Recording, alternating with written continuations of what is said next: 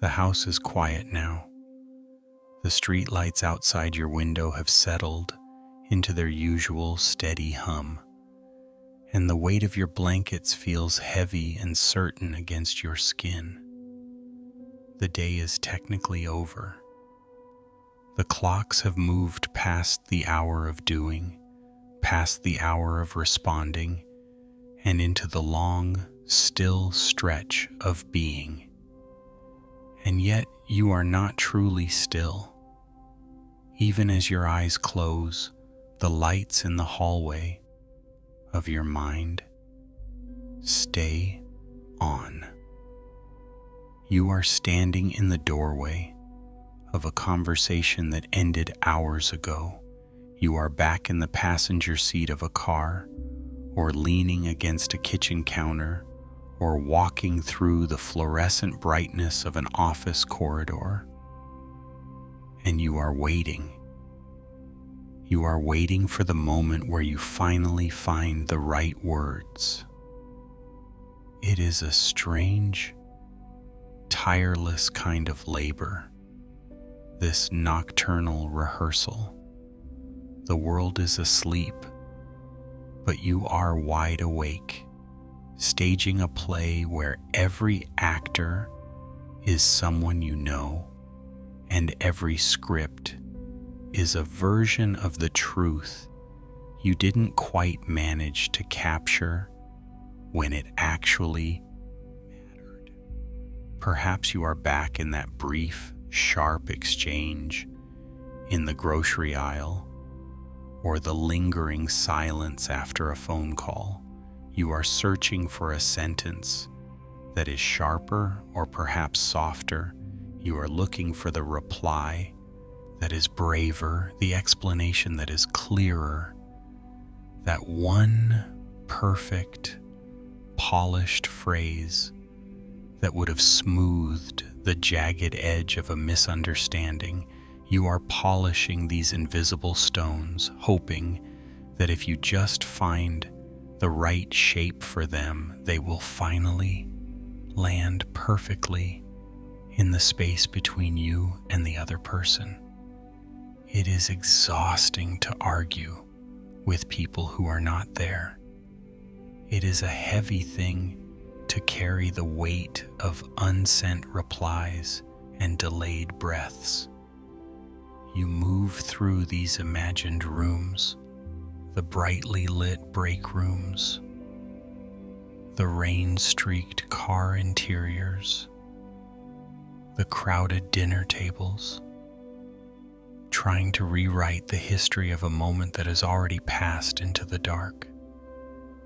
You are trying to defend your dignity or your kindness or your right to be heard, all while the rest of the world rests in the simple, unadorned truth of things as they happened. You are not alone in this restless theater. There is a specific kind of loneliness in being the only one awake to witness your own corrections. It feels as though if you can just win this one imaginary argument, or finally deliver this one perfect apology, you might finally be able to let the tension in your shoulders drop. You feel that once the words are right, the restless energy will dissipate and you will be allowed to sleep. But the words keep coming. They arrive in waves, unbidden and unasked for. They are the ghosts of what could have been. Here with you in this quiet space, not here to tell you to stop thinking or to offer a way to fix the past or to give you a list of ways to be more confident. I am simply here to sit with you in the dim light of these rehearsals. We are going to walk through these rooms together. We are going to visit the places where these conversations are still playing on loop, the hotel lobbies, the quiet workshops, the empty bus aisles, and the ancient moonlit courtyards.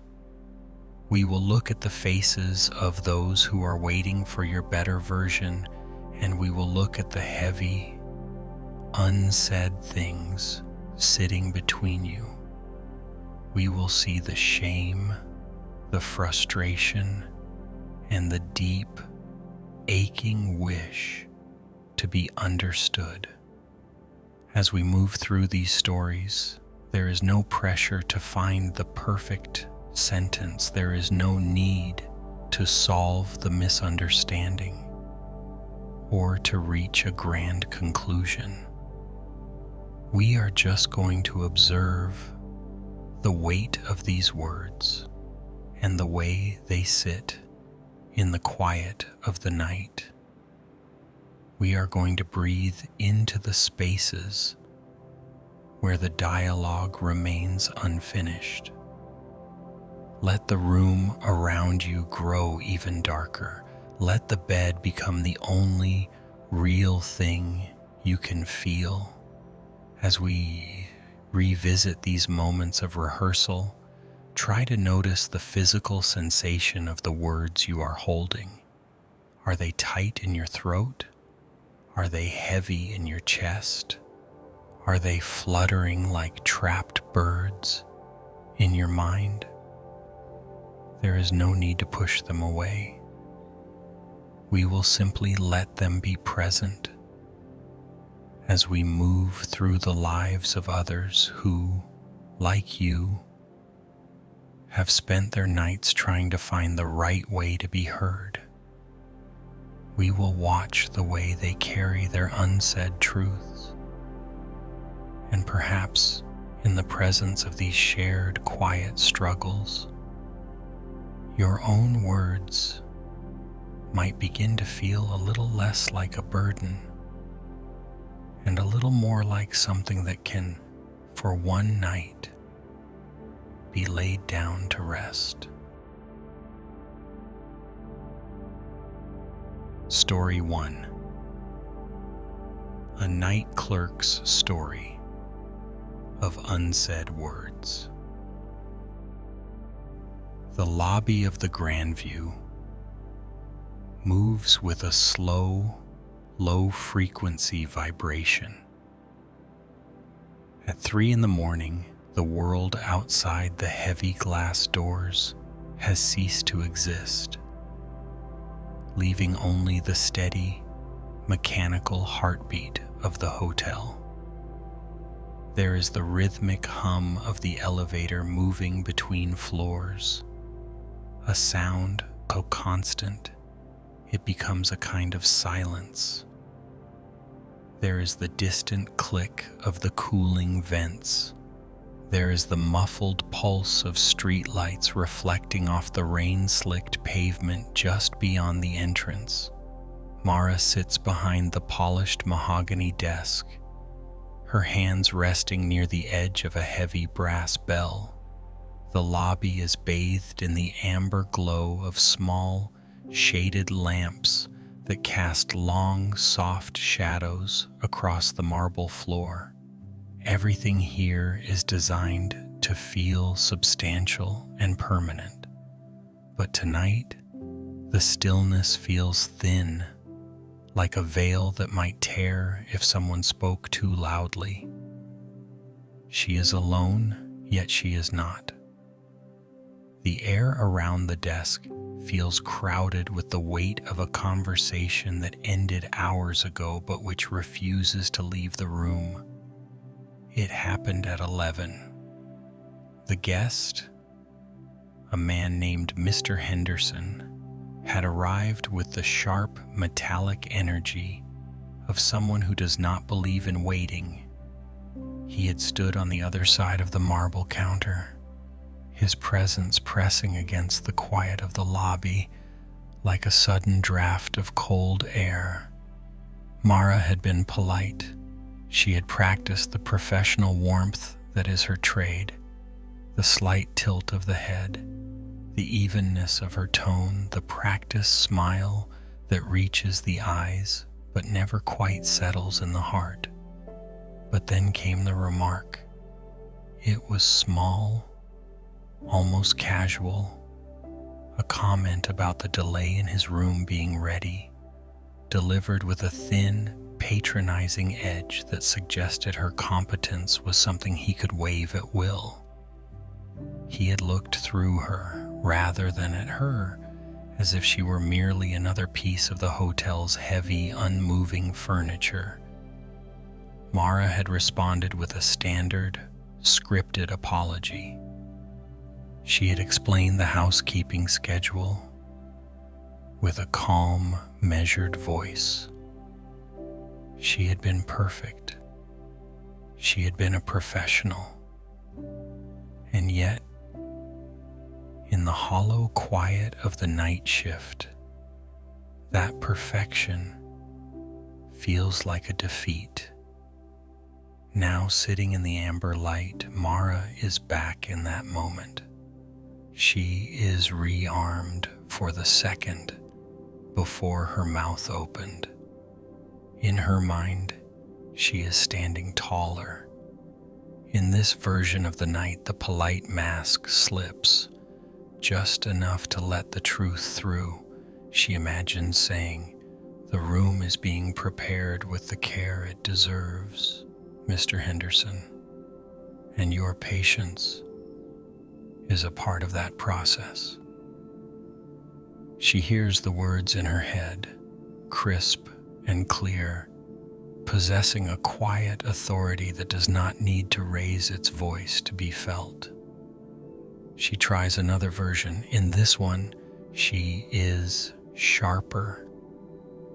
She allows a flicker of the indignity to show in her eyes, a silent way of saying, "I see what you are doing, and it does not work on me." She imagines the way his expression might shift, the momentary stumble of his ego, the realization that the person behind the desk is a person, not a machine. The brass bell sits inches from her fingers. It is a heavy, solid object, polished to a mirror shine. She finds herself staring at its reflection. In the curved metal, the lobby looks distorted, as if the room itself is leaning into the weight of her thoughts. She thinks about the sentence she actually spoke, the one that was safe, the one that kept the peace, the one that left her feeling small and hollowed out. That sentence is still there, hanging in the air between the desk and the elevators, a ghost of a missed opportunity for dignity.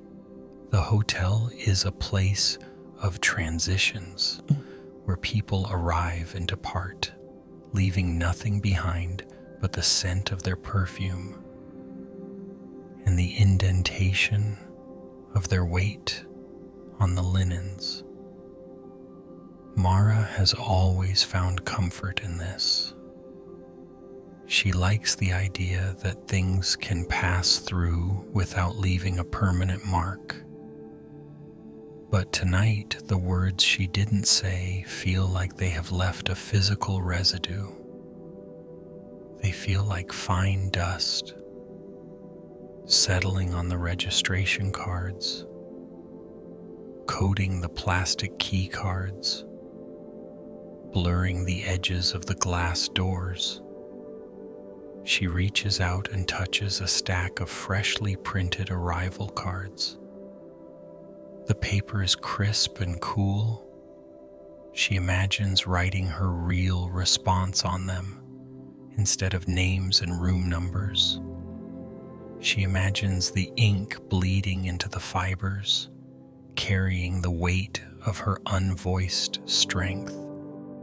The elevator hums again, a long, drawn-out note that vibrates through the floor and up into the soles of her feet. The sound is a reminder of the emptiness above her. of the hundreds of sleeping guests who are untroubled by the architecture of their own thoughts. They have simply closed the door. They have let the day end. Mara looks toward the large, dark windows.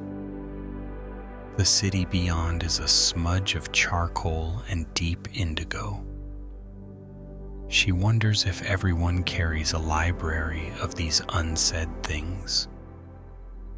She wonders if the air in the hotel is thick with the weight of thousands of apologies never delivered and rebukes never issued. She leans back in her chair, the leather creaking softly in the stillness. She tries to let the image of Mr. Henderson fade. She tries to let the version of herself that is sharp and brave dissolve back into the version that is merely tired. But the rehearsal continues. Her mind wanders to a third version, one where she simply stayed silent, but a silence that was heavy with meaning, a silence that demanded respect. She picks up a silver pen and begins to straighten the receipt papers on the counter. The motion is rhythmic, grounding. She aligns the edges with precision. One by one, she organizes the small physical objects of her shift: the stapler, the tape dispenser, the tray of business cards. As she works, she tries to find a way to let the unsaid sentence rest. She looks at the brass bell. It is a tool for summoning, for bringing attention, for breaking the silence. But tonight, it does not need to be rung. The words do not need to be spoken to be known. They are already here, etched into the quiet of the lobby, part of the hotel's long, silent history. She allows herself to breathe. A slow, deep expansion of her chest that feels heavy and grounded. She stops trying to win the argument. She stops trying to perfect the phrasing. She simply lets the weight of the unarmored sentence sit there on the mahogany desk, right beside the bell, as just another object in the room, as much a part of the night as the hum of the elevator or the coldness of the glass. It is there, it is heavy, and for now, it is enough to let it be. Story 2. A River Shop. Story about two brothers and old tension. The air in the shop always smelled of two things: damp cedar and the sharp, metallic tang of cold river water. It was a scent that clung to heavy canvas aprons and settled into the grain of the wooden floorboards, a scent Jonah felt in his very skin. Even now, long after the bell above the door had gone silent and the heavy deadbolt was turned, the smell of the shop followed him into the quiet of his small apartment. It sat on the edge of his bed, heavy and unmistakable, bringing with it the memory of the afternoon's humidity and the weight of things left unsaid. The shop was small, tucked into the bend of the river where the mist usually lingered until noon. It was a place of organized chaos, rows of silver tackle hooks catching the dim light, stacks of neatly folded nylon nets, and the rhythmic low hum of the bait refrigerators. Jonah liked the predictability of it. He liked the way a single strip of thermal receipt paper could hold the entire truth of a transaction. But tonight the paper was gone, and all that remained was the loop of a conversation that refused to end. It had started simply. A disagreement over something small, something as trivial as the way a certain lure was stored, or a comment about the rising water levels upstream. His brother Sam had leaned against the counter, his heavy boots leaving damp, muddy prints on the clean floor. Sam had that way of standing, shoulders squared, a certain hardness in his jaw that suggested he was always bracing for a gust of wind. Jonah could see him clearly in the dark of his room. He could see the way Sam had wiped a smudge of grease from his thumb onto his jeans, a restless, impatient gesture. He could hear the specific grating tone Sam used when he felt patronized, a low rumble of frustration that always seemed to vibrate in the back of Jonah's throat. In the silence of the night, Jonah was back at the counter. He was replaying the moment the tension broke, not with a shout, but with a quiet, biting dismissal. He was rehearsing the rebuttal he hadn't prepared. In his mind, the shop lights were bright, casting long, sharp shadows behind the rows of fishing rods. He could feel the coldness of the metal counter against his forearms. In this version of the night, he doesn't let the silence stretch out into something awkward and heavy. He doesn't let Sam's comment about the pointless way things are run here hang in the air like a cloud of gnats. In this rehearsal, Jonah finds the words. He finds a way to be firm without being sharp. He imagines himself setting down a small plastic bin of artificial worms, the sound a soft, decisive thud against the wood. He imagines looking Sam directly in the eyes, not with the defensive squint he actually used, and saying, "I know it looks different than how you remember it, Sam, but this is how it works now. It works for the shop, and it works for me." He practices the inflection. He tries to find the exact middle ground between being a pushover and being an adversary. He wants to be heard, but more than that, he wants to be understood. He wants Sam to see that the precision, the careful labeling of the hooks, the meticulous checking of the line tension is about control. It is about respect for the craft, for the river, and for the people who rely on these tools to find a moment of peace. The room is dark, but in his mind, the shop is illuminated by the pale, flickering glow of the overhead fluorescent.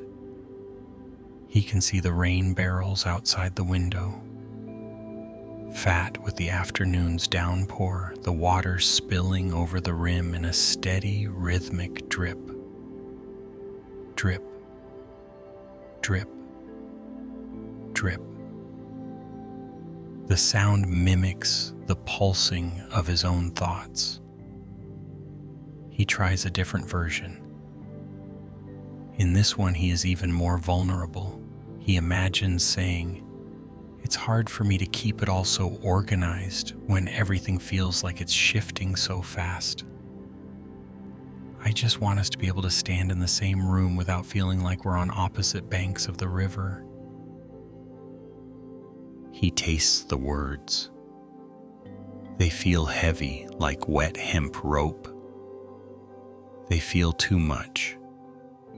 He discards them. He moves to a third version, one where he is witty, where he uses a bit of humor to bridge the gap. a way to deflect the tension before it can settle into the floorboards.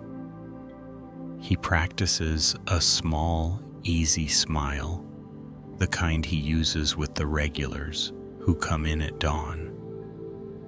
He imagines saying, "If we spent as much time fixing the tension between us as we do fixing the tension on these reels, we'd be done by now." But even as he speaks these lines in the privacy of his mind, he feels the ghost of the real interaction. He feels the sting of the actual silence that followed Sam's departure. He remembers the way the shop felt suddenly, much larger and much emptier once the door clicked shut.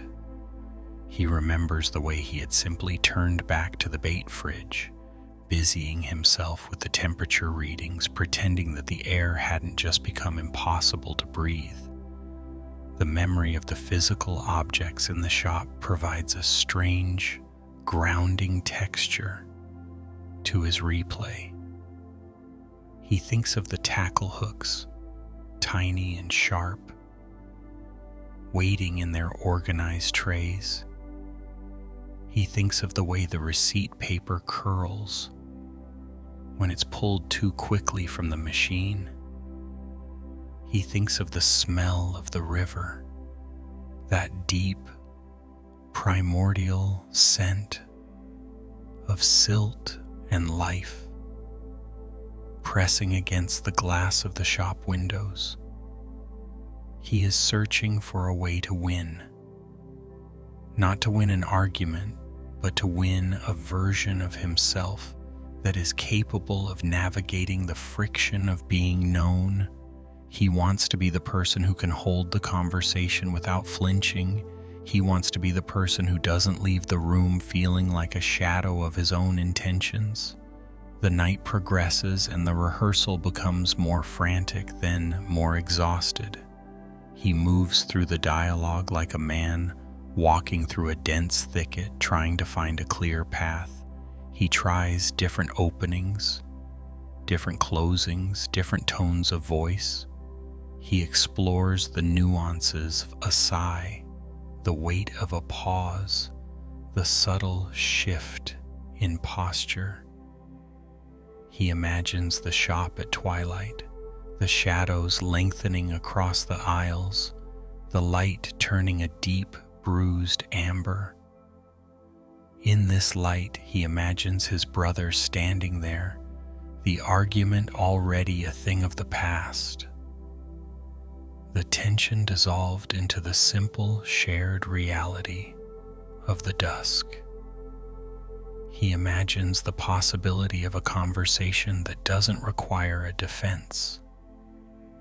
But the real conversation remains lodged in his chest, a small, unpolished stone. It is a heavy, jagged thing, shaped by the words he swallowed and the ones he let slip too late. The hum of the refrigerator in his mind, the one from the shop, stays with him. It is a constant low-frequency reminder of the labor, the order, and the quiet struggle of maintaining something when the world feels like it is eroding. He realizes that his rehearsal is not actually about Sam. It is about the fear that the parts of himself he works so hard to organize, his patience, his competence, his quiet strength, are being overlooked, or worse, viewed as mere stubbornness. As the hours grow late, the images begin to blur. The silver hooks lose their sharp edges and become mere glinting points of light. The scent of the river fades into the neutral, sterile smell of his sleeping room. The weight of the unsaid words begins to shift. from a sharp, biting presence to a dull, heavy ache, much like the sensation of a limb that has fallen asleep. The dialogue starts to lose its structure. The sentences break apart. The better versions of his words begin to dissolve into the ambient noise of the night. He is no longer a clerk defending his shop. He is just a man lying in the dark, exhausted by the effort of being his own advocate in a room where no one is listening.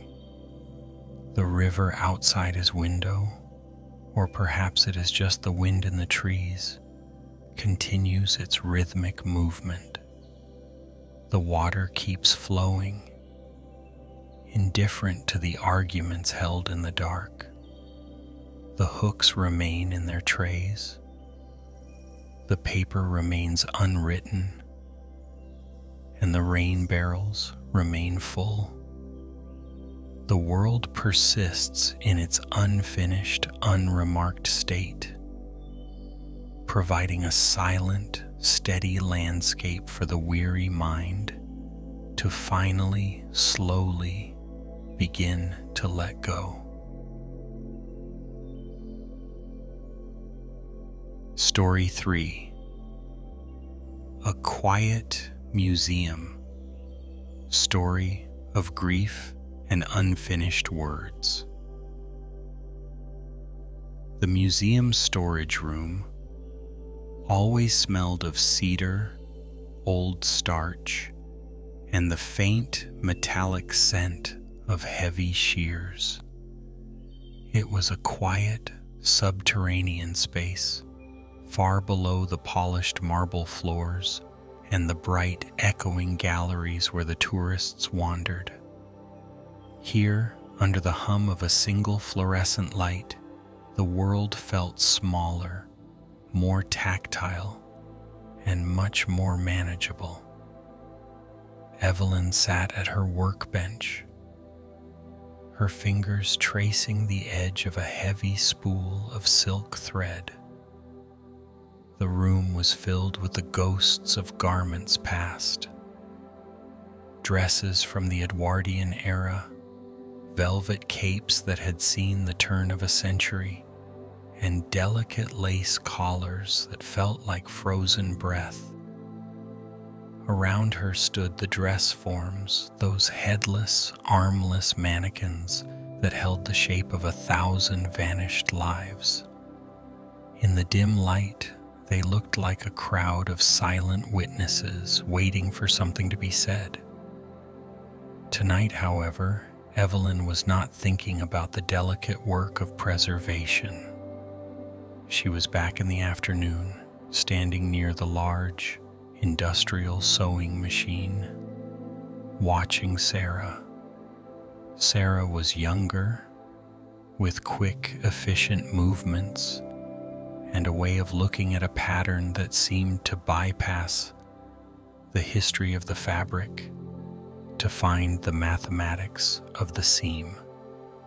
She didn't use the heavy iron pressing cloths that Evelyn had used for 30 years.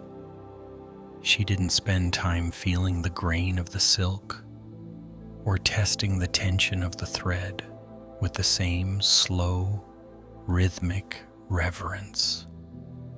She used new synthetic stabilizers and modern bonded adhesives.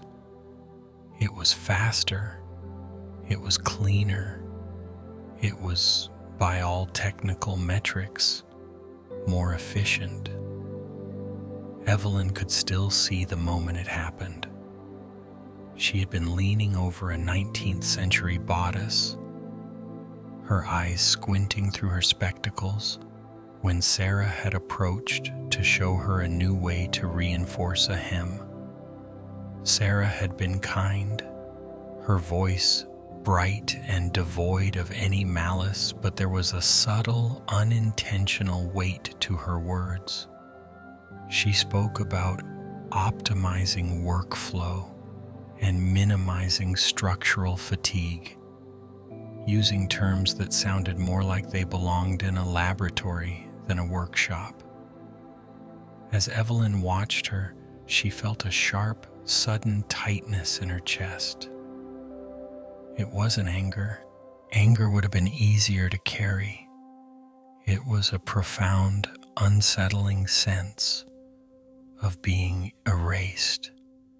It was the feeling that the very essence of her skill, the intuition, the decades of sensory knowledge, the way she could hear when a needle was pulling too heavily, was being rendered obsolete by a smoother, faster, more sterile method.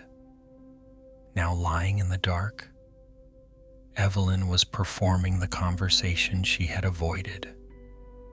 In the first version, she is bold.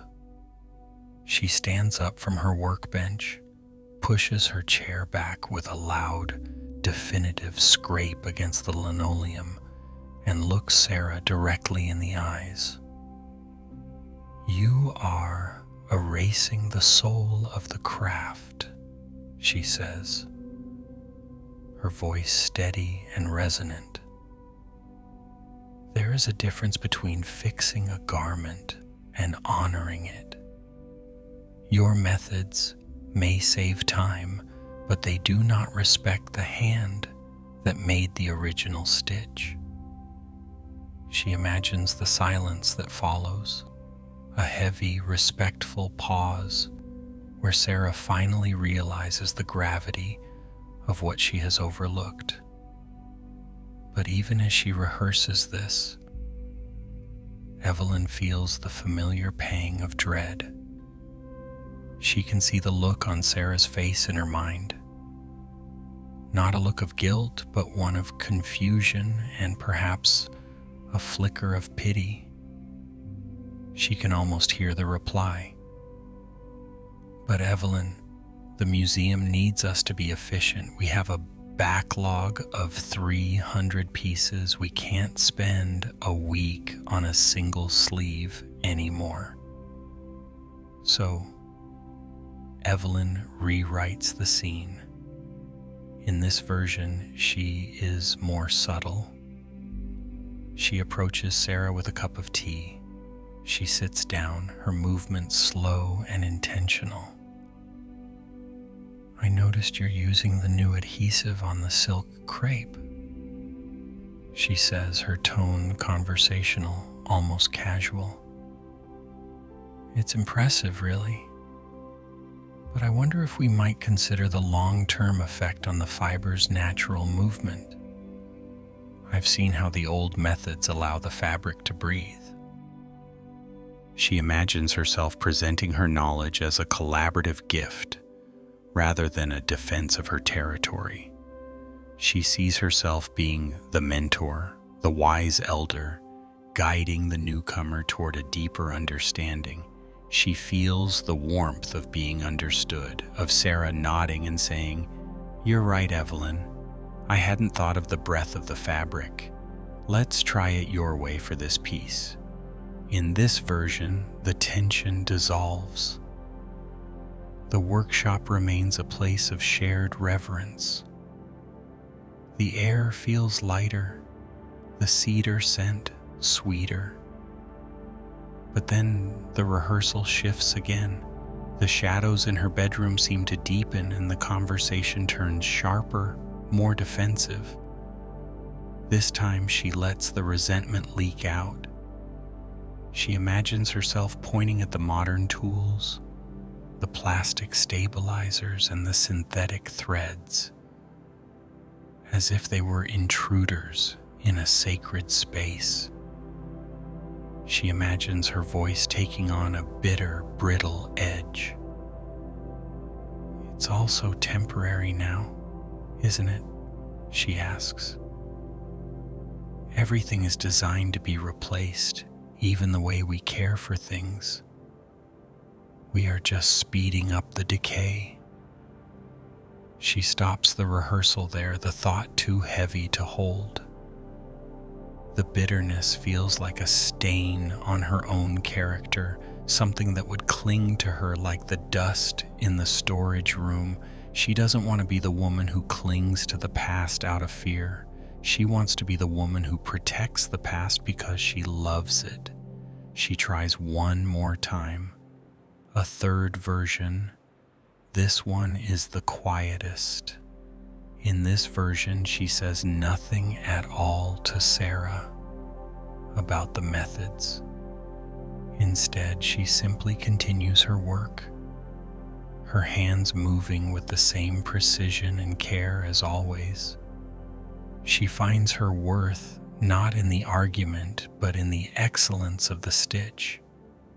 She imagines herself sitting in the dim light of the museum, the heavy silk beneath her fingers, finding a deep internal peace that requires no validation from the modern world. She is simply Evelyn, the keeper of the thread. She breathes in, and the scent of the dark room, the cool, still air of a house at rest, fills her lungs.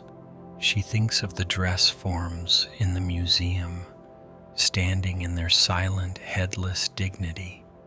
They do not need to defend their shape. They do not need to explain their purpose. They simply hold the weight of the fabric, enduring the passage of time with a quiet, unshakable presence. The imaginary words, the sharp rebuttals, the soft apologies, and the clever explanations begin to lose their edges. The voices of the different Evelyns, the bold, the mentor, the bitter, the silent, begin to fade into a single soft hum. The conversation is unfinished, and that is okay. The words do not need to be delivered to be real. They have been felt, and in being felt, they have done their work. The tension in her shoulders, held tight all day like a poorly tensioned bobbin, begins to slacken. The heavy velvet weight of sleep starts to press down on her, much like the weight of the museum's heavy tapestries. She lets the rehearsal end. She leaves the workshop, the pins, and the silk behind, leaving the unfinished dialogue to rest in the dark among the silent, waiting mannequins. Story 4. A Cemetery. Story about a daughter who could not be heard. The evening air in the cemetery always holds a particular kind of stillness, a heavy, damp quiet that settles into the stone and the soil long after the sun has slipped behind the tree line. For Caleb, this is the hour when the physical work is done, but the mind is only just beginning. He stands by the edge of the great yew grove, the scent of clipped greenery clinging to his flannel shirt. The air is thick with the smell of damp earth and the sharp, medicinal tang of crushed needles. He is tired in a way that goes deeper than his muscles. It is a slow, creeping fatigue that settles in the bones like the dust of the granite monuments. He can still feel the grit of stone dust on his palms, a fine, gray powder that seems to have worked its way into the very creases of his skin. Even now, as he leans against the wooden handle of his rake, he can feel the phantom rhythm of the day, the steady thud of the spade, the spray of the hose against thirsty grass, the scrape of metal against the gravel path. But it isn't the physical weight that keeps him upright, unable to drift into sleep. It is the echo of a voice that sounds like his own, yet carries a sharpness he didn't know he possessed. He closes his eyes, and the cemetery transforms. The twilight fades, and he is back in the small, sun-bleached kitchen of his daughter's house, sitting at the wooden table that still bears the ring marks from years of coffee mugs. The light was bright then, highlighting the way his daughter Sarah sat across from him. She hadn't been angry. That was the hardest part to reconcile. There was no slamming of doors, no raised volume. There was only a sudden, profound stillness in her eyes. A moment where the connection between them seemed to fray, like an old rope under too much tension. In his mind, the scene plays out with a clarity that is almost painful. He can see the way she pushed her glass of water aside. He can hear the low hum of the refrigerator, a steady domestic drone.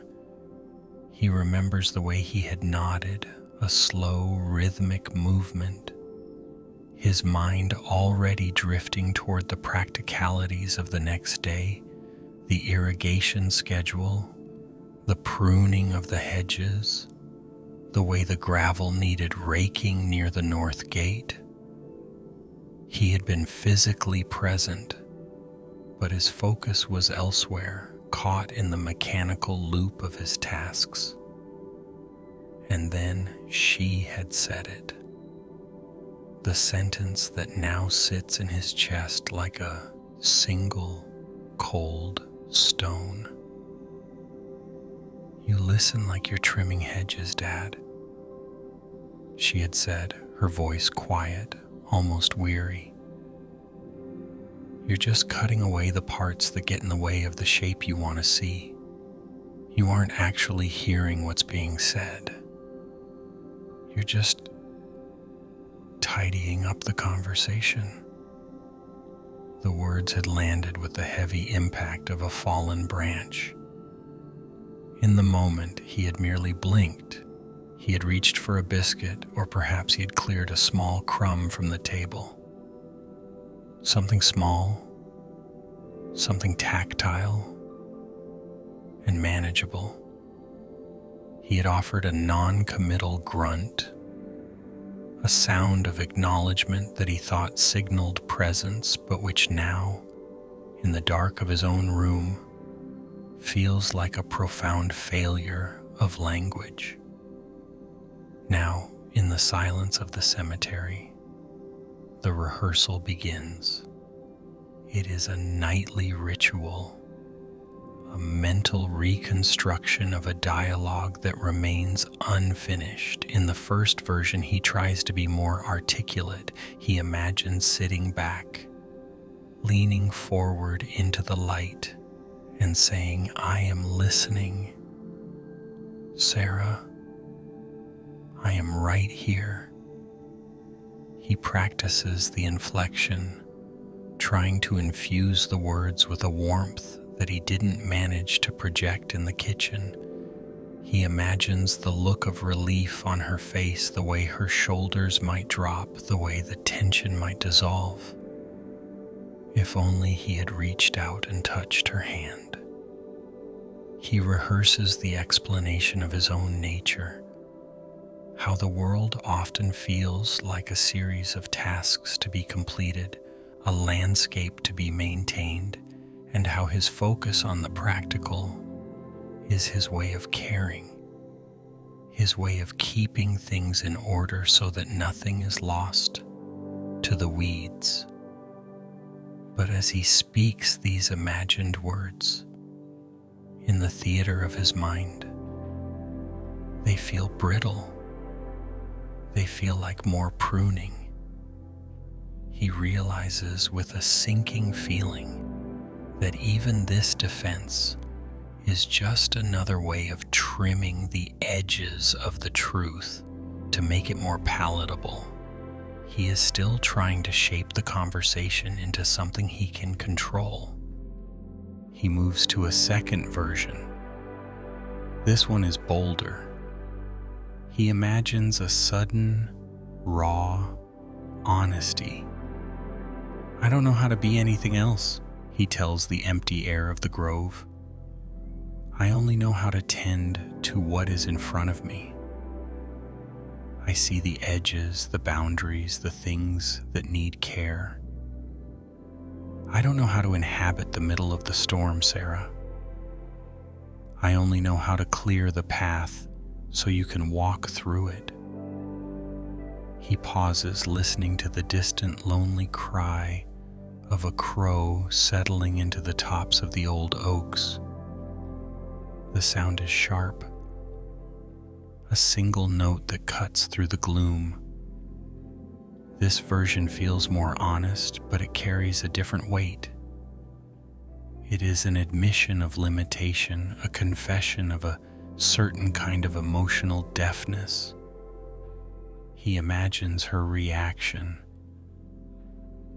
Not relief, but perhaps a new kind of sadness. The realization that her father is a man of boundaries and edges, and that the vast, messy, unpruned space of her inner life might always be too much for him to navigate. He tries a third version, a more desperate one. In this one, he finds the words he thinks he should have used to bridge the gap. He imagines saying, "Tell me again, slow down, let me sit in the uncut grass with you." He practices the breathing, the intentional stillness, the effort of resisting the urge to tidy the moment. He visualizes himself putting down the tools of his trade, the rake, the shears, the spade, and simply being present in the unshaped, overgrown chaos of her words. He repeats the phrases, testing them against the silence of the night. He adjusts the rhythm, trying to find a cadence that sounds less like a person performing a task and less like a person experiencing a person. He wanders through the permutations of "I hear you" and "I am here" and "tell me more," searching for the one sentence that would act as a restorative, a way to undo the pruning he has done to their relationship for so many years. But the more he rehearses, the more he realizes the futility of the exercise. The more he refines the dialogue, the more he feels the fundamental truth of her critique. He is by nature a man of the edge and the boundary.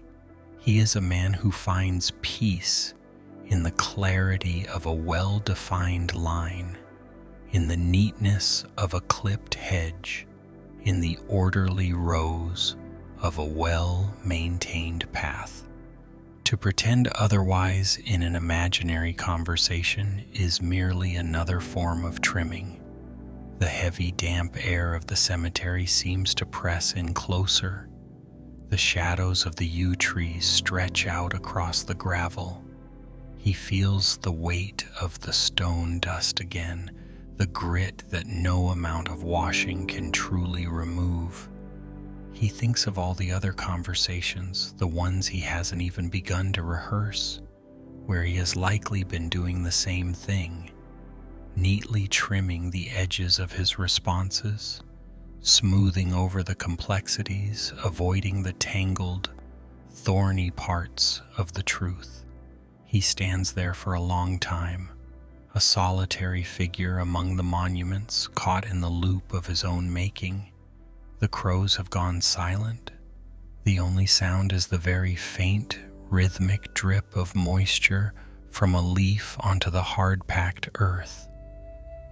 Slowly, he begins to realize that the rehearsal itself is a form of work. It is a labor of the mind, an exhausting attempt to impose order on a moment that has already passed, to plant a garden where only shadows remain. The words, no matter how perfectly polished or deeply felt, cannot change the fact that the conversation happened as it did. They cannot unmake the way he sat at that table or the way he looked at the crumbs on the wood instead of the pain in her eyes. He takes a deep, shaky breath, the scent of the damp earth filling his lungs. He lets the air expand his chest, and then slowly he lets it out. He feels the tension in his shoulders, the habitual tightness of a man always ready to work, begin to soften just a fraction. He looks down at his hands, at the dirt beneath his fingernails and the calluses on his palms. They are the hands of a man who knows how to maintain, how to preserve, how to keep the edges clean. He cannot be the man who sits in the middle of the storm, but he can perhaps simply acknowledge the storm exists.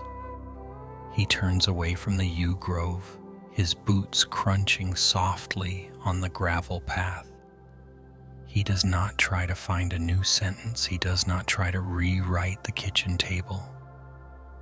He simply walks, one step after another, through the quiet, unscripted dark of the cemetery, leaving the unsaid words to lie, heavy and unshaped, among the stones. The lobby lamp flickers once, then settles into a low amber hum. The brass bell on Mara's desk is still, yet the unsaid word vibrates against it, a small, metallic tension. In the back of the shop, the silver tackle hooks hang in their rows, catching the dim light, much like the sharp, unfinished edges of Jonah's thoughts. There is a heavy, rhythmic stillness in the way the hem chalk rests on Evelyn's table, white and blunt, waiting for a line that was never drawn. And out in the dark, the cemetery gravel holds the weight of Caleb's footsteps, each stone a settled fact, even as the air still carries the echo of his daughter's voice. It is a strange thing how the night does not bring silence, but rather a different kind of noise. It is the sound of doors being reopened in the dark. We carry these rooms inside us. We carry the polished marble of the hotel lobby, the damp scent of the bait fridge, the quiet dust of the museum archives, and the cool, leveled earth of the graveyard. And when the world outside finally stops demanding our attention, when the lights are dimmed and the streets are empty, we return to these places. We walk back into those specific moments, the ones that felt unfinished, the ones that felt like a door closing just before we could step through. The mind is a tireless architect of the what if. It does not just remember a conversation, it rebuilds it. It sets the stage again. It brings back the exact way the light hit the window, the specific weight of the silence between two people, the precise way a person turned their head to look away. And then, with a sudden quiet energy, the mind begins to work. It scripts a new line. It finds the sharper retort, the softer explanation, the more dignified exit. It searches for the version of the story where we are finally seen, where our intentions are clear, and where the misunderstanding is wiped clean. We rehearse because we cannot bear the thought of being left misread. We rehearse because there is a particular ache in being dismissed, a quiet sting in being spoken to as if we were not truly present. To be misunderstood is to feel as though a part of us has been distorted, and so in the safety of the dark, we try to set the record straight. We try to repair the image of ourselves that we believe we left behind in that hallway, or that shop, or that garden. We act as our own advocates in the middle of the night, arguing cases that no one else is listening to. We prepare a defense against accusations that have already passed. We compose apologies for slights that were perhaps not even slights at all, but merely the friction of living. We stay awake, pacing the floorboards of our own memories, trying to find the one perfect sentence that would bridge the gap between what we felt and what we said. It is heavy labor, this midnight litigating. It is a way of staying tethered to the person we were in that moment, unable to let them go until we have fixed them. We are often late to our own hearts, arriving long after the person has left the room, long after the opportunity for a real breathing connection has vanished. We are trying to speak to ghosts, hoping that if we only find the right words, they might finally nod or smile or understand. But the hooks remain hanging, the chalk remains unmoving, the gravel remains settled, the bell remains silent. The words, no matter how perfectly composed, are still just breath and thought, held in the space between the heart and the air. Story 5. A Midnight Bakery. Story of regret and rehearsed conversations. The bakery after midnight is a place of silver shadows and the heavy, sweet scent of what remains.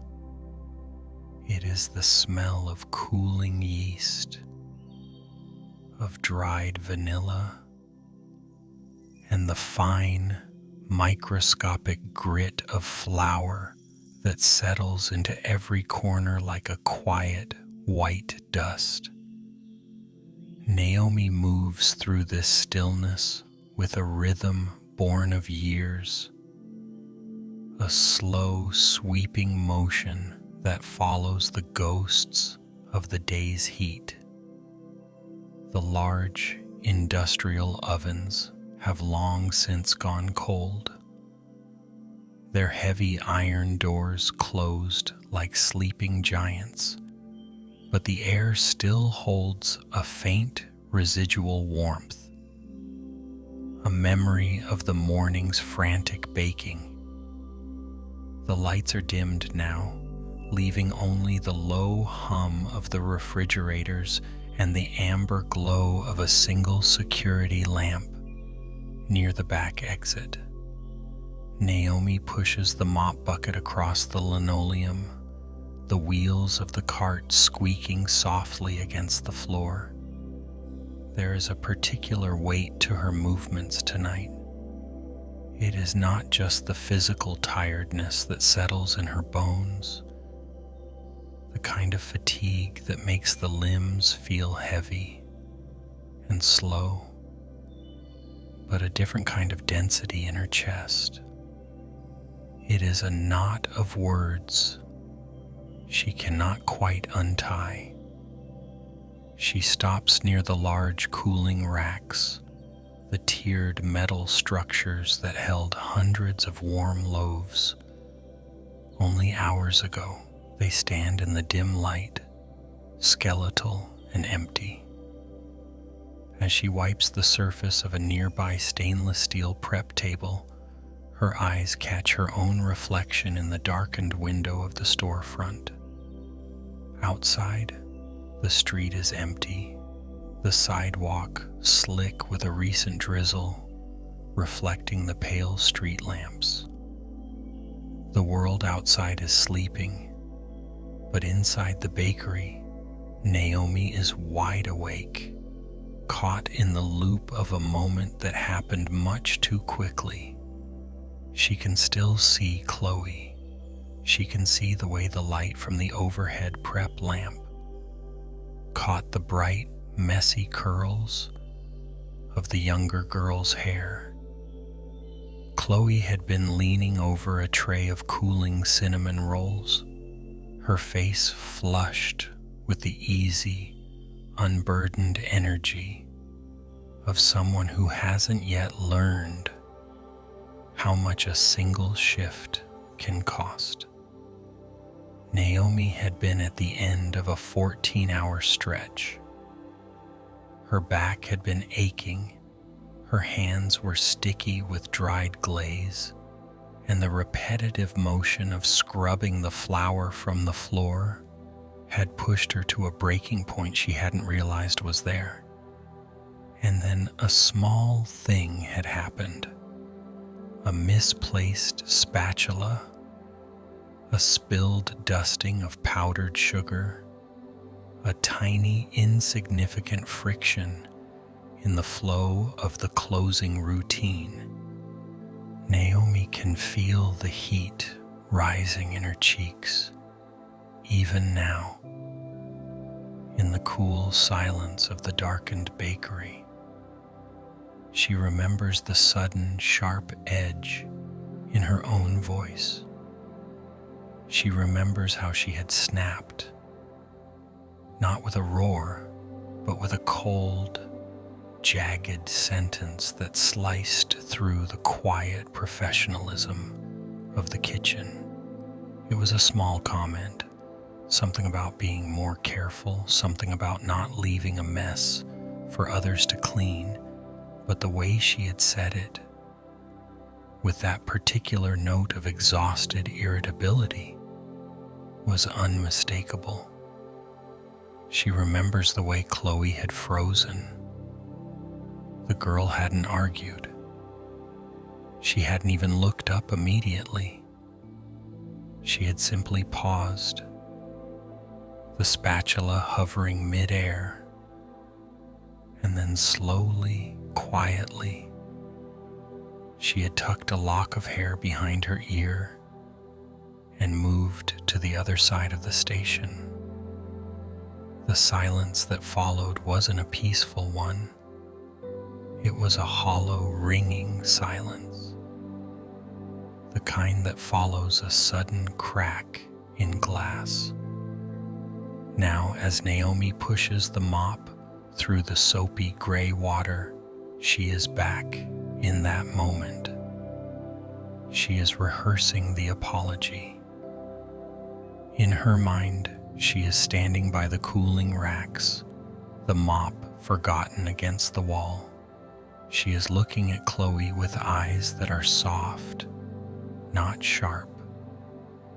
In this version of the night, Naomi reaches out and places a hand briefly on the edge of the table, catching the girl's attention gently. She says, "I'm so sorry, Chloe. I am just very tired, and I took it out on you. That wasn't fair." She rehearses the way her tone would sound, the tenderness she wishes she had possessed in the heat of the moment. She imagines the relief in Chloe's expression, the way the tension would drain from the girl's shoulders, and the way the air in the bakery would suddenly feel lighter, as if the heavy flour dust had been swept away by a clean breeze. She tries out different words. She practices the phrasing, searching for a way to explain the exhaustion without making it an excuse.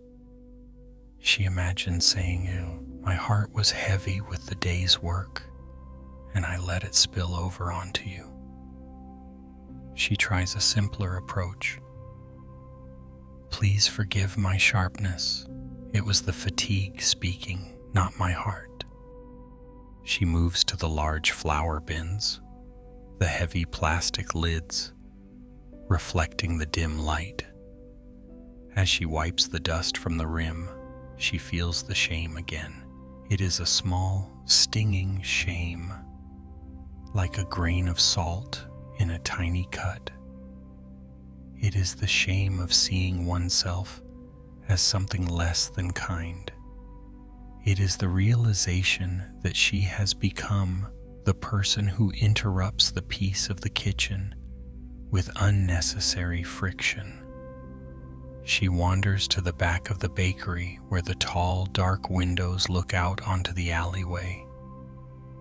The glass is cold to the touch. She leans her forehead against it, feeling the chill. In the darkness of the alley, she sees the shadows of the empty bread crates, stacked neatly like silent sentinels. She begins a new rehearsal. This time she imagines the conversation happening tomorrow morning when the first delivery truck arrives. She imagines finding Chloe by the coffee urn. She imagines the warmth in her greeting, the way she would offer a small, apologetic smile, and the way she would acknowledge the weight of the mistake. She practices the breath she would take before speaking. A deep, grounding breath, the kind that settles the dust of the mind. She thinks about the texture of the apology. Should it be quick, like a passing cloud, or should it be held with a bit more weight and sincerity? She wonders if Chloe even noticed the sting, or if the girl is simply moving through her life, unaware of the small, jagged edge Naomi left behind. The uncertainty is the hardest part. The lack of a reply, the absence of an "it's okay," leaves the sentence hanging in the air, unfinished and unanchored. The mop bucket sits in the center of the floor, a lonely island of gray water. Naomi looks at the long, clean streaks she has made on the floor, the way the linoleum shines under the dim light. The floor is clean, the surfaces are wiped, the bakery is ready for the morning. Everything is in its proper place, yet her internal landscape is cluttered with these unsaid words, these ghostly versions of herself that are much gentler than the one who stood in the kitchen an hour ago. She reaches for the apron strings, tightening them slightly around her waist, a gesture of bracing herself. She feels the fatigue pulling at her, a heavy, rhythmic tide. The shame is still there, but it is beginning to soften, losing its sharp edges as she continues to move, to clean, to inhabit the reality of the quiet room. She looks at the cooling racks one last time. The metal is cold. The air is still. She realizes that the apology she is composing, the one in her head, the one she is perfecting in the dark, is a way of tending to the wound. Even if the person isn't there to receive it, she is practicing kindness, even if she is only practicing it with herself. The heavy weight in her chest doesn't vanish, but it shifts. It becomes less of a stone and more of a soft, heavy blanket. She begins to turn off the small work lights one by one, retreating into the deeper shadows of the bakery. The darkness swallows the flour dust, the cooling racks, and the stainless steel. As she walks toward the exit, her footsteps are muffled by the damp floor. The words are still there, the rehearsed apologies and the imagined reconciliations, but they are settling now, sinking into the quiet, sugary dark of the room, waiting for a morning that has not yet arrived. Story 6. A Bus Depot Story about the apology that stayed unspoken. The bus depot is a place of long, heavy silences, broken only by the occasional hiss of air brakes or the distant metallic drip of water from a high gutter. It is a vast, hollow space where the night feels much larger than the building itself. For Thomas, the stillness of the depot is much like the silence of the bus after a long shift. It is a heavy, waiting kind of quiet, the sort that allows the mind to wander back into the driver's seat, back to the dashboard glow and the rhythmic, hypnotic sweep of the windshield wipers. Tonight, the rain is a steady, blurring curtain against the glass, turning the city streetlights into smeared golden orbs. As Thomas sits in the small, dimly lit break room, the warmth of a paper cup between his hands is the only thing tethering him to the present. His mind, however, is miles back, stuck in the middle of Route 4, looping through the moment the doors hissed open at the corner of 5th and Main. He can see the interior of the bus perfectly. The empty aisle stretches ahead, a long, shadowed corridor of plastic and metal. The overhead lights are dim, casting a pale, sterile glow over the empty seats.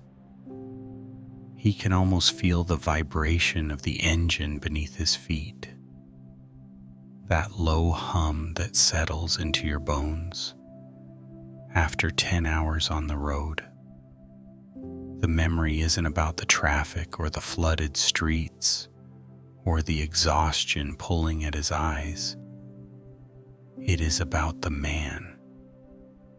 The man had stepped on with a heavy, wet tread, his coat darkened by the rain, carrying a frantic, jagged energy that disrupted the quiet rhythm of the bus.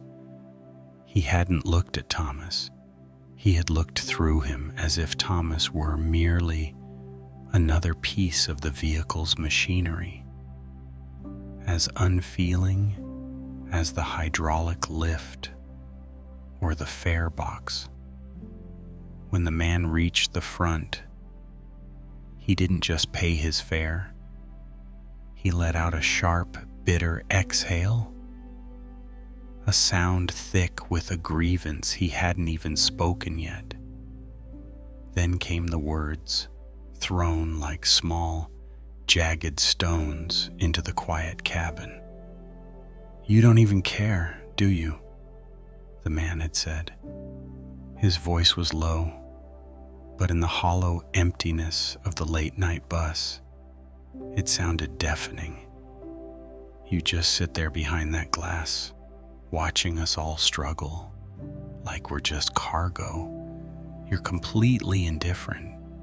Thomas remembers the physical sensation of that moment, the way his hands tightened slightly on the large, black steering wheel, the way his throat went dry.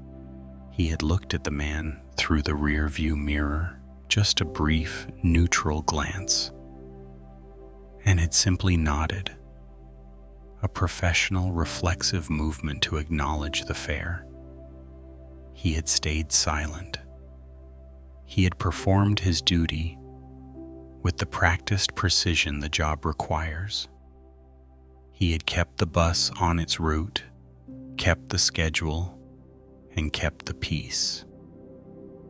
But now in the stillness of the depot, the silence is a canvas upon which he is painting a different version of himself.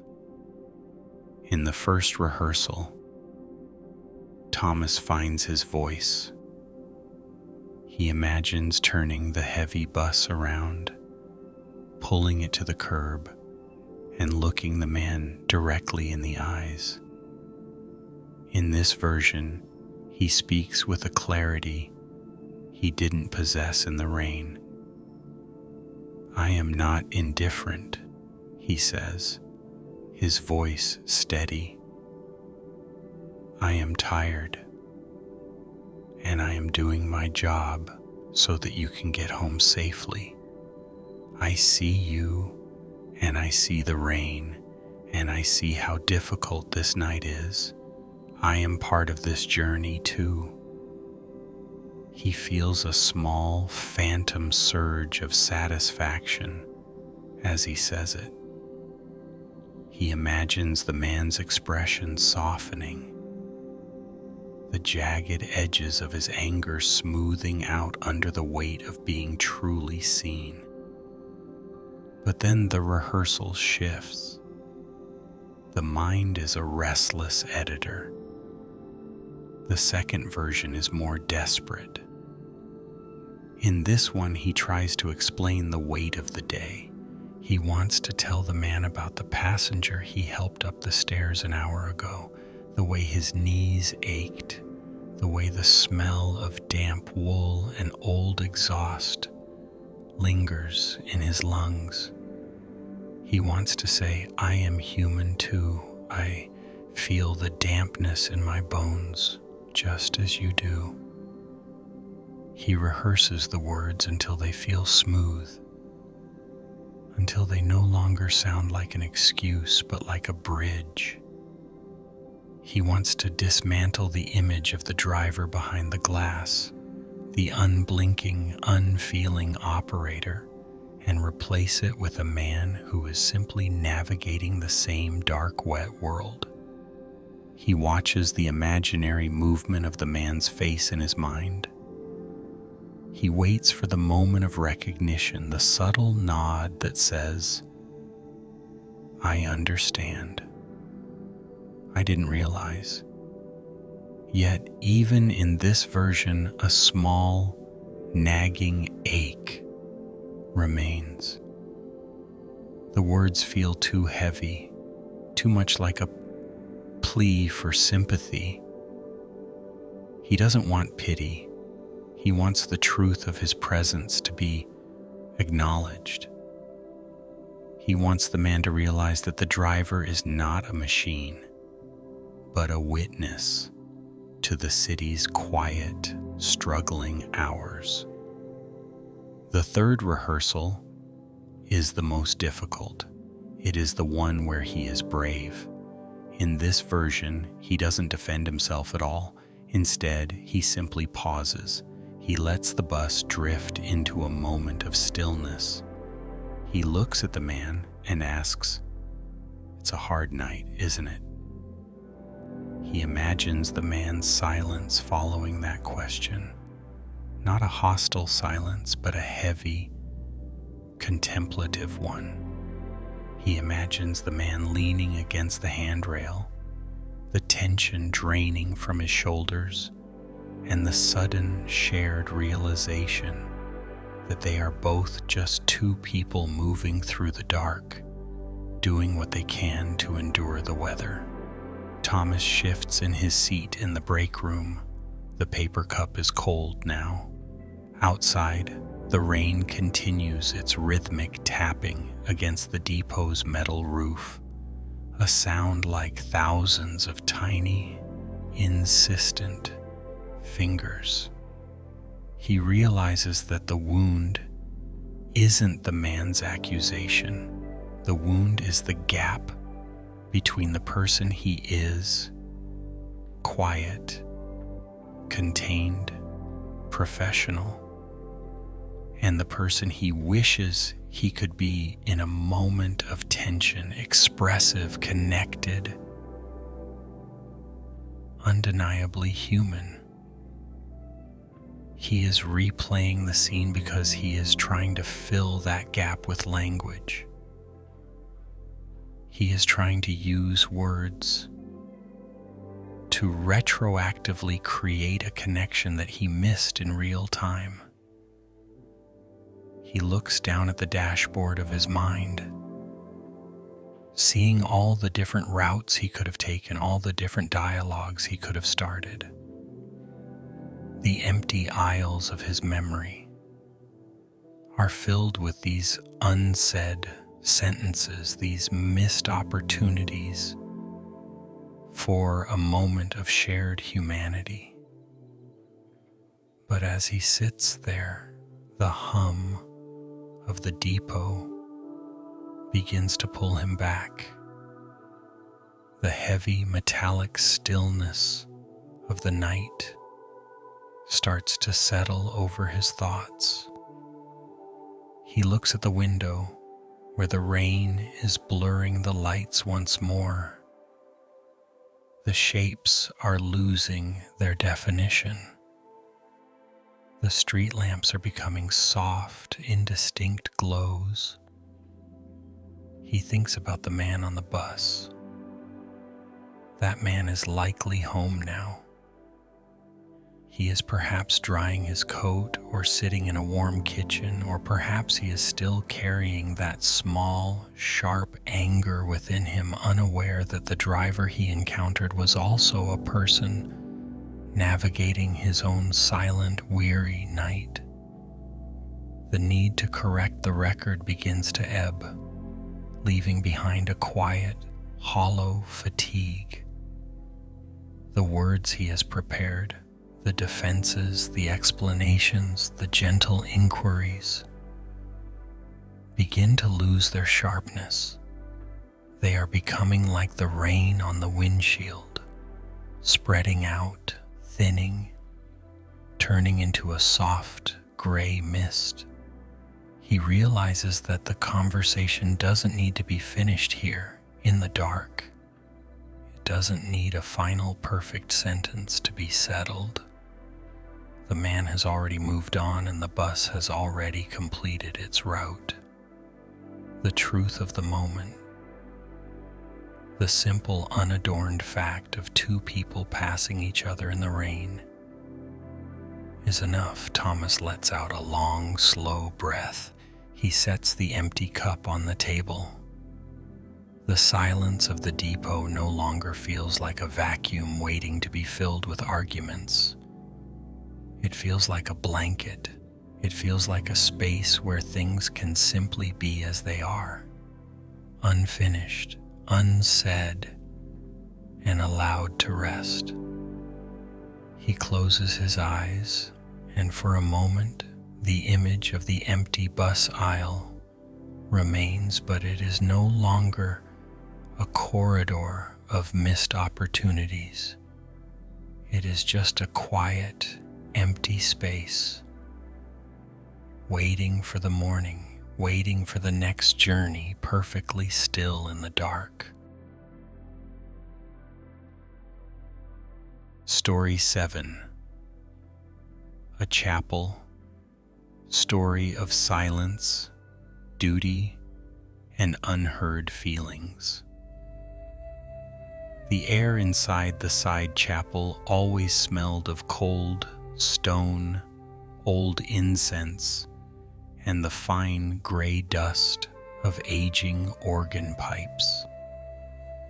It was a dry, heavy scent that seemed to settle into the folds of Grace's winter coat, making her feel as though she were carrying a small piece of the building's history on her shoulders.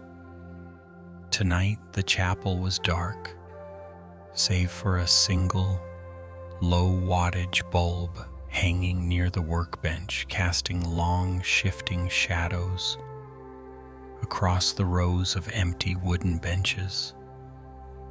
Grace sat on a low stool, her fingers tracing the cold, silver edge of a tuning fork. She wasn't working tonight. The tools were packed away in their velvet cases and the heavy oak doors were already locked. But her mind was not in the stillness of the room. It was back in the meeting from 3 days ago, standing in the dean's small, heated office under the bright, unforgiving light of a desk lamp. In the real meeting, Grace had been quiet. She had sat with her hands folded, her eyes fixed on a small, chipped piece of wood on the dean's desk. She had listened to him talk about budgets, about the seasonality of maintenance, and about how flexibility is the greatest virtue of a dedicated craftsman. She had nodded. She had even offered a small, polite smile when he mentioned how much they valued her steady hand with the delicate reeds. And all the while, inside her, 1,000 different versions of herself were speaking. In the first rehearsal, the one that played most vividly against the dark backdrop of the chapel, Grace was bold. In this version, she doesn't look at the wood chip. She looks the dean directly in the eyes, her spine straight. She speaks with a voice that does not tremble. I cannot continue to repair the lungs of this church on a whim, Dean, she says, the words landing with the clarity of a struck bell. I need a schedule that respects my life as much as I respect this instrument. I need a wage that reflects the precision my work demands. In this version, the dean is silenced. The silence isn't awkward, it is powerful. It is a silence that demands a response. She shifts her weight on the stool, the wood creaking softly. The sound echoes in the empty nave, a lonely, hollow note. In another version, she is more tender, more pleading. She uses the language of devotion. She speaks of the way the pipes breathe, of the responsibility she feels to the music that fills this space. I love this work, she says, her voice soft but insistent. But I am finding it hard to breathe myself when I never know if next Tuesday will be a work day or a day of waiting. I need to know I can rely on this place, just as the organ relies on its bellows. In this version, she imagines the dean softening, realizing the human cost of his efficiency. She imagines a hand placed briefly on her arm, a promise made, a sense of being seen. But then the rehearsal shifts. becoming more jagged. This is the version that brings the most fatigue. In this one, her frustration leaks out in sharp, unintended ways. She becomes defensive, her tone biting. She brings up the late payments, the missed opportunities, the way the work is treated as an afterthought. It's easy to call it flexibility when it's not your rent at stake, she says, her voice rising. She sees the dean's expression sour, the way his eyes narrow, the way the air in the small office turns brittle. This version is a warning. It is the version where she wins the argument, but loses the peace. It is a victory that leaves her feeling hollow, standing in the middle of a broken relationship, clutching a victory that tastes like ash. She picks up the tuning fork and taps it gently against the edge of the workbench. A clear, pure note rings out, vibrating through the metal and into her fingertips. It is a singular, honest sound. It does not try to be anything other than what it is. She closes her eyes and tries to find the version where she simply says what is true, without the armor of anger or the weakness of a plea. She imagines herself standing in that office, the weight of her winter coat making her feel grounded and substantial. She imagines saying, "I am struggling to find stability in this arrangement, and I need us to find a way to make it sustainable. No drama, no battle, just the quiet, heavy truth of her situation." She imagines the dean looking up from his papers, the light reflecting in his glasses. She imagines the moment of pause, the space where the truth sits between them, plain and unadorned. The chapel is so still now that she can hear the distant rhythmic drip of condensation from a pipe somewhere in the loft. The sound is slow, a steady pulse in the darkness. She thinks about the many other conversations she has rehearsed in this very spot. The way she could have explained her fatigue to her mother. The way she could have defended her choice of study to an old teacher. The way she could have told a friend that their comment had stung, instead of laughing it off and feeling the sting for 3 days. It is as if her mind is a library of unuttered sentences, a vast archive of every "I should have said" and "I wish I had." The weight of the unsaid begins to feel heavy, like the dust settling on the organ pipes. It is a layer of silt on the soul, making everything feel slightly muffled. She realizes that by replaying these moments, she isn't actually fixing them. She is merely visiting the ghosts of her own hesitation. She is building elaborate, beautiful, or terrible monuments to moments that have already passed into the earth. The tuning fork's vibration slowly dies away, leaving only the vast, indomitable silence of the church. Grace lets her hands fall limp at her sides. She looks at the dark rows of pipes, some massive and towering, others small and delicate, all of them waiting in the dark to be played, to be tuned, to be cared for. They do not argue with the air. They do not wish they had been voiced differently.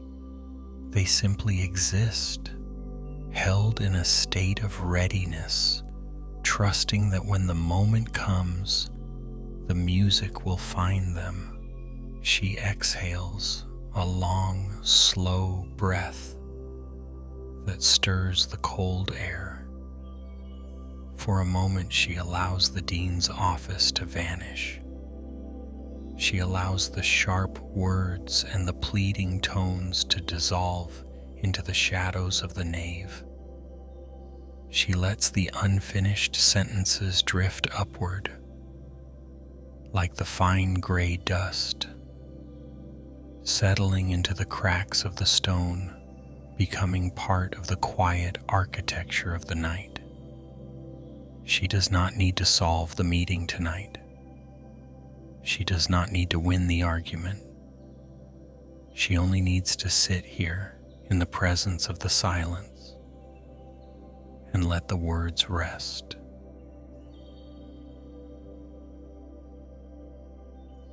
Story 8.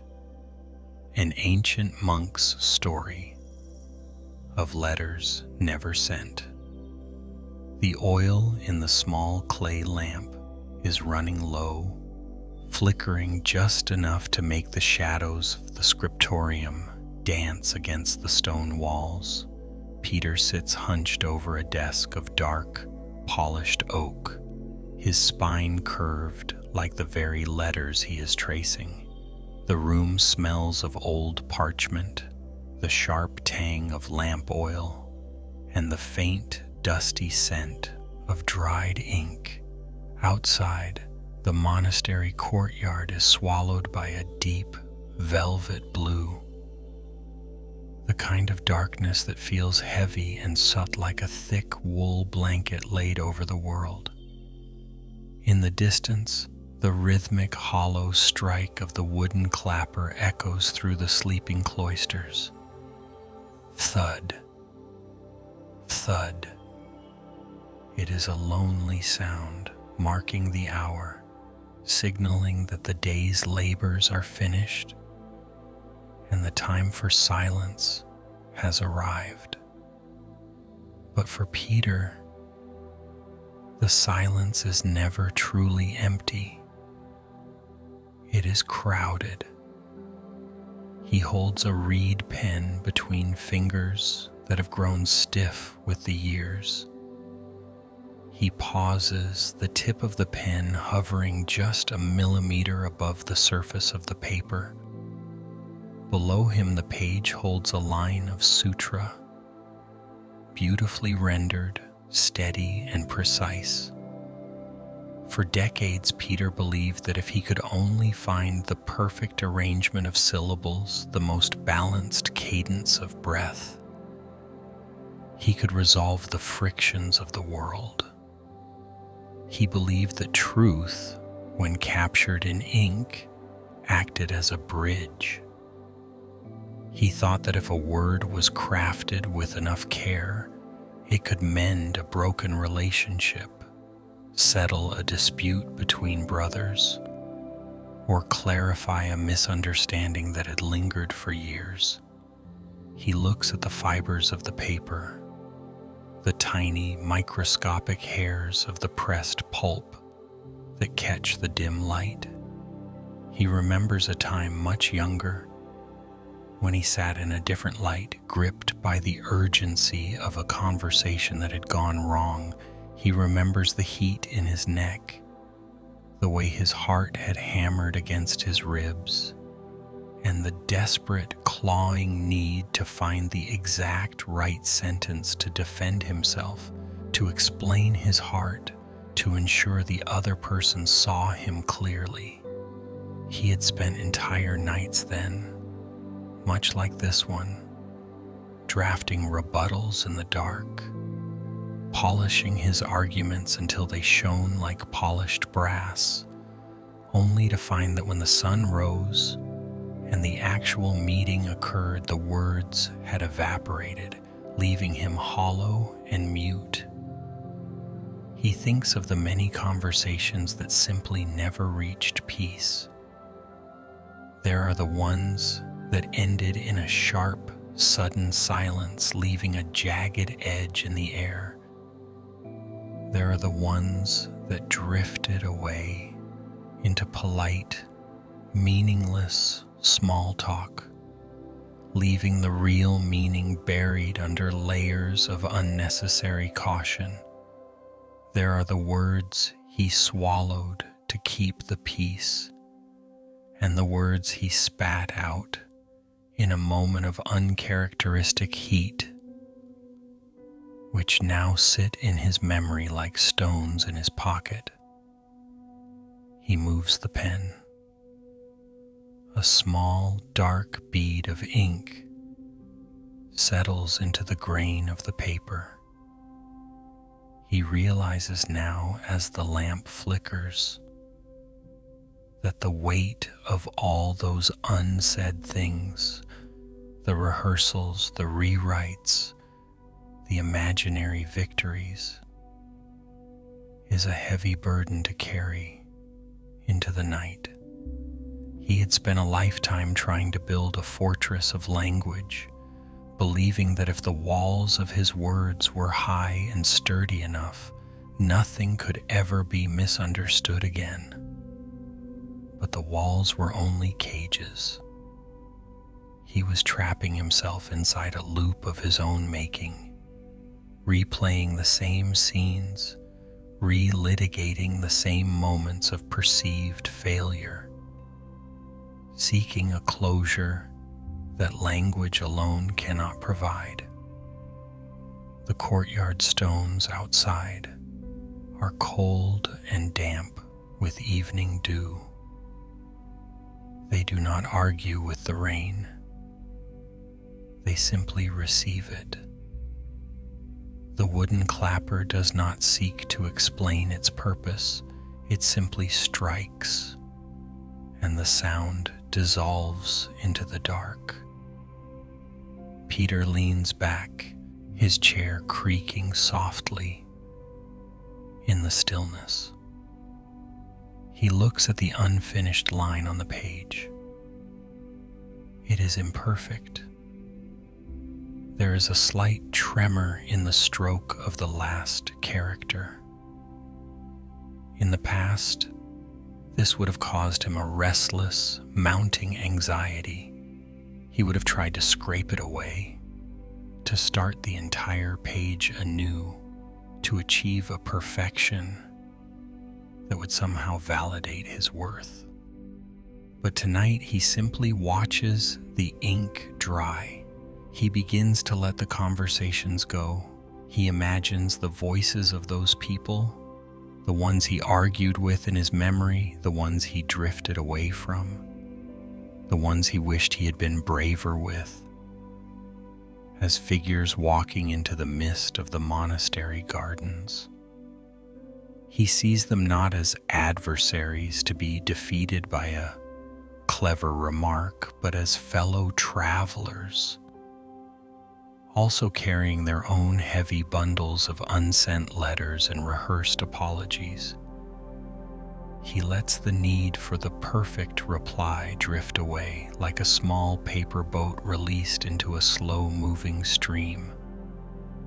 He allows the resentment of being misunderstood to soften, becoming something less like a sharp thorn and more like the scent of damp earth. The friction of the unsaid is still there, but he is no longer trying to rub it smooth. He is allowing the unevenness to exist. The lamp is dying now. The flame is small, a tiny point of warmth in the vast, cool room. Peter feels a strange, quiet lightness in his chest. The rehearsal is over. The courtroom in his mind has cleared its docket. The witnesses have gone home.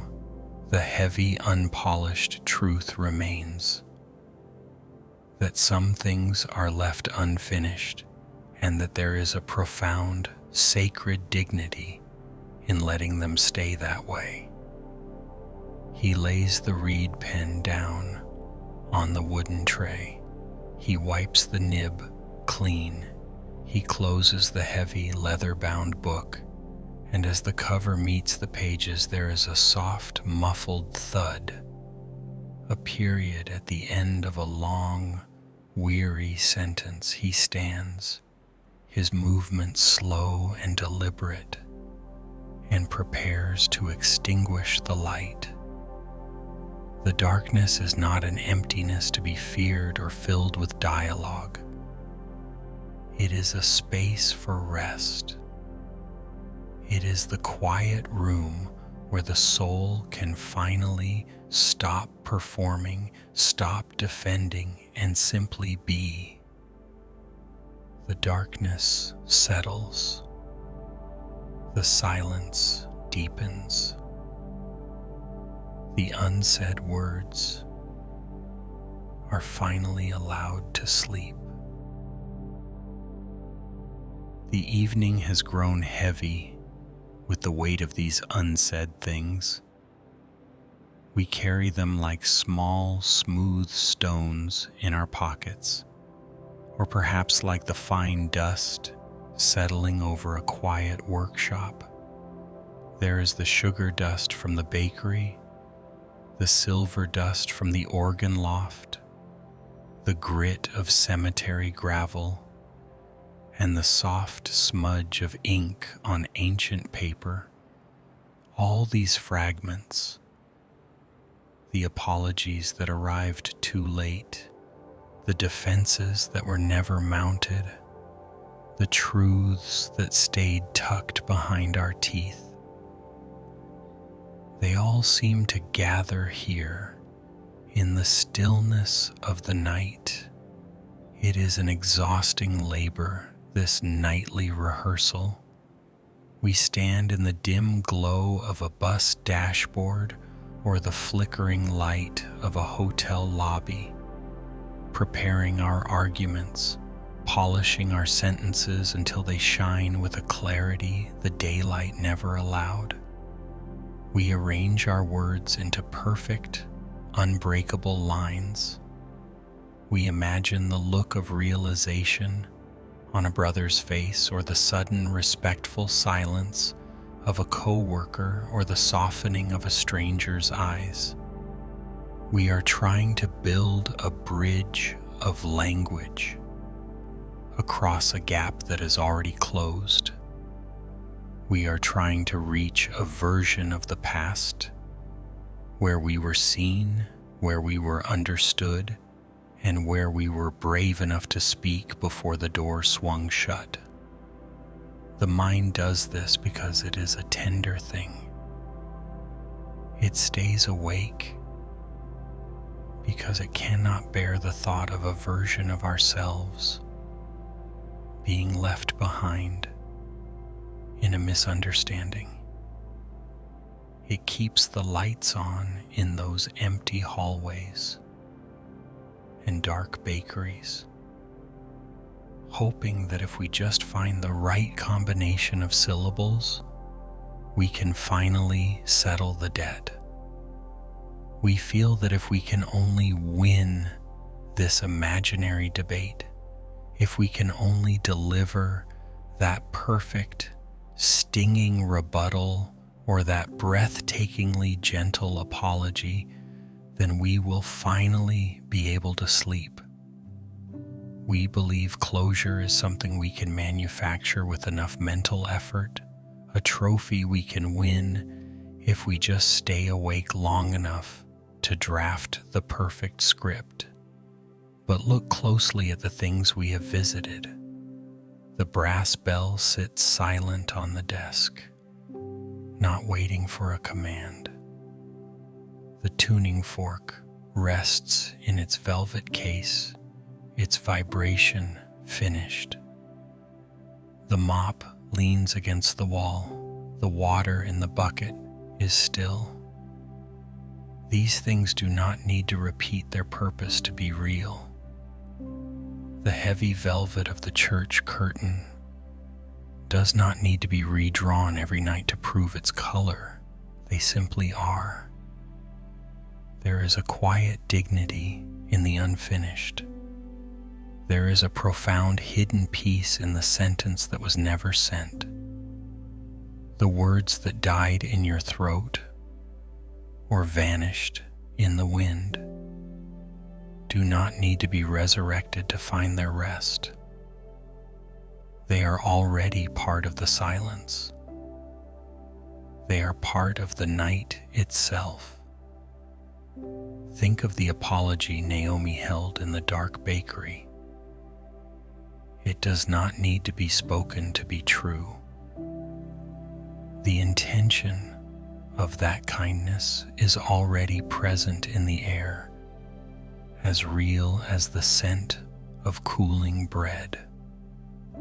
Think of the defense Evelyn never mounted. The integrity of her skill remains in the very stitches of the silk, even without the verbal claim. Truth does not require a witness to exist. It does not require your exhaustion to validate it. The ache you feel is not a failure of courage, but a symptom of your humanity. It is the heart's way of saying, I cared. But tonight, you do not have to be the architect of every resolution. You do not have to be the lawyer for your own dignity. You do not have to win the argument to be worthy of the rest. The night is large enough to hold your silences. It is vast enough to cradle your unsent letters and your swallowed breaths. You can allow the words to remain as they are, unfinished, unpolished, and unsaid.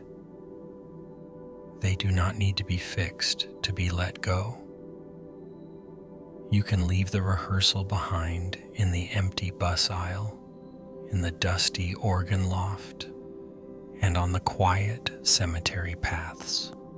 You can step out of the doorway of that conversation and into the soft, unpatterned dark. Let the momentum of your thoughts slow. Let the need for the perfect reply dissolve like salt in warm water. The world is already holding everything you meant to say. You are safe to lay the weight down. You are safe to be understood by the silence. The room around you is finally still. The shadows have settled into the corners, and the heavy, quiet weight of the night has draped itself over the edges of your bed. The day is no longer a series of events, but a collection of ghosts. The people you encountered, the voices you heard, and the people you only met in your mind are all beginning to fade into the dim light. But even as your breathing slows, your mind is still pacing. It is walking back through the hallways of the day. It is standing in the middle of those unfinished sentences. You are back in the hotel lobby or by the river or in the quiet of the museum, standing in the exact moment where the words failed you. You are gripped by that sudden, sharp urge to go back, to find the perfect phrasing, the precise tone, the one sentence that would have smoothed the wrinkle in the conversation, or defended your dignity, or made yourself truly seen. It is a tiring kind of labor, this midnight rehearsal. You are trying to win an argument that has already ended. You are trying to build a bridge of words to reach someone who is already asleep, or perhaps someone who is no longer even in the room. Your mind is working so hard to be brave, so hard to be clear, so hard to be understood, that it has forgotten how to be still. Listen to the sound of your own breath for a moment. It does not need to be clever. It does not need to defend itself. It simply rises and falls, a rhythmic, wordless truth. There is a heavy fatigue that comes from carrying all these unsaid things. They sit in your chest like stones, or like the dust on a library shelf, or like the flour on a baker's apron. You have been holding them tightly, fearing that if you let them go, the misunderstanding will become permanent. You fear that if you do not find the right reply, the version of you that exists in the other person's mind will remain flawed or small or misunderstood. But tonight, let us look at the words themselves. Look at the way they flicker in the dark, like the dying embers of a fire. They are just sounds. They are just vibrations in the air that have already passed. The sentence you are rehearsing, the one that feels so vital, so urgent, so much more powerful than the one you actually spoke, is just a ghost of an intention. It is a beautiful, shimmering thing, but it cannot change the past. It cannot reach back through the hours to mend what was broken. You do not have to solve this tonight. The world is large enough to hold the silence. The universe is vast enough to contain your missteps, your swallowed words, and your late replies. There is no need to hold the courtroom open in your bedroom. There is no need to be the judge, the lawyer, and the defendant all at once. Let the heavy velvet of sleep begin to press down on your limbs. Feel the weight of your shoulders sinking into the mattress. Let the tension in your jaw, that tightness held from a day of bracing for impact, begin to dissolve. Imagine that each word you are trying to force into existence is a small, dried leaf. One by one, let them fall from your mind.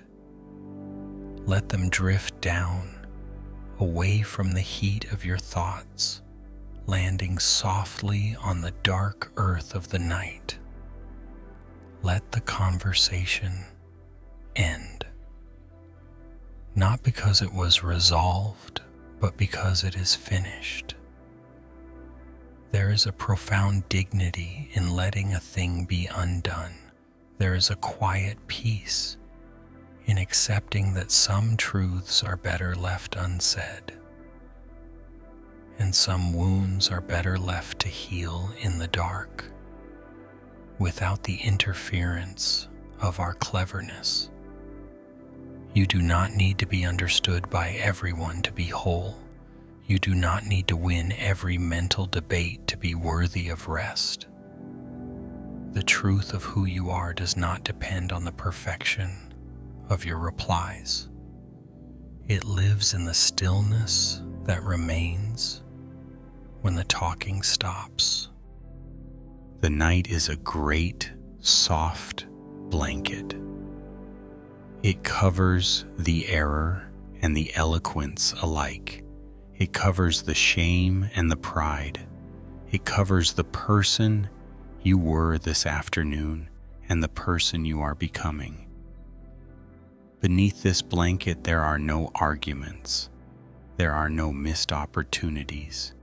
There is only the slow, steady rhythm of existence, as natural and unburdened as the turning of the tide.